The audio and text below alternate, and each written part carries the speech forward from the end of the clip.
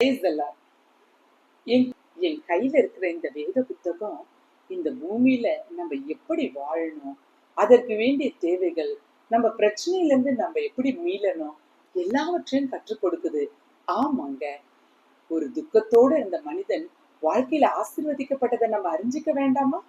1 நாளாகும் 4ஆம் அதிகாரம் 9, 10 இந்த வெறும் 2 வசனத்துல மட்டும்தாங்க அந்த மனிதனுடைய வாழ்க்கை இருக்கு. நம்ம யாபேஸ் அண்ணாச்சிதான். அவர் சகோதரர்களுக்குள்ள கனமுள்ளவரா இருந்தாராம். ஆனா அவருடைய தொடக்கம் அப்படி இல்லைங்க. அவருடைய தாய் அவரை துக்கத்தோட பெற்றெடுத்ததா சொல்லி அவருக்கு யாபேஸ்னு பேர் வச்சாங்களாம்.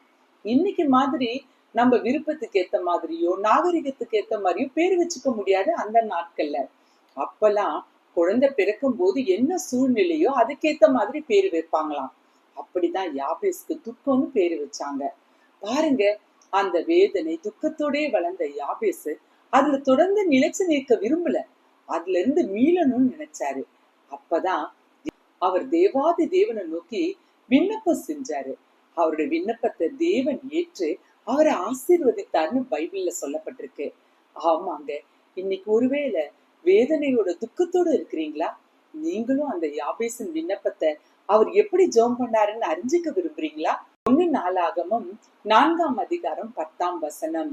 யாபேஸ் இஸ்ரவேலின் தேவனை நோக்கி, தேவரே, என்னை ஆசீர்வதித்து என் எல்லைகளை பெரிதாக்கி உமது கரம் என்னோடு இருந்து தீங்கு என்னை துக்கப்படுத்தாதபடிக்கு அதற்கு என்னை விலக்கி காத்தருளும் என்று வேண்டிக் கொண்டான்.